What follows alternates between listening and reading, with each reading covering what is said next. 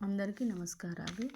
ఈరోజు కాగుణింతంతో పాటు కాగుణింతంతో వచ్చే పదాలను కూడా మనము నేర్చుకుందాం.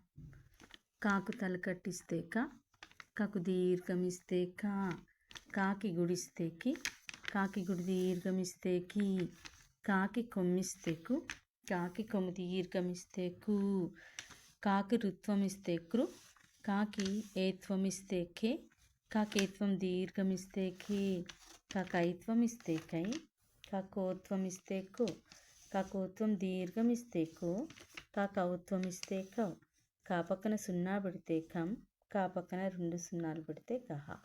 ఇప్పుడు కాతో కాగుణింతంలో ఉన్న పదాలు చూద్దాం.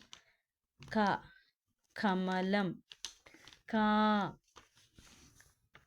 కాకి, కి కిరీటం, కీ కీటకం, కు కుండ, కూ కూర, కృ కృపాణం, కే కెరటం, కెరటం అంటే అలా, కే కేలు చేతులు, కై కైకలూరు ఒక ఊరి పేరు, కొండ,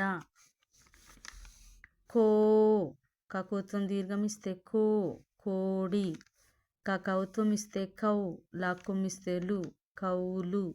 కౌలు అంటే ఇప్పుడు వ్యవసాయం చేయకుండా వేరే వాళ్ళకి ఇచ్చి పని చేసుకునే దాన్ని కౌలు అంటాం.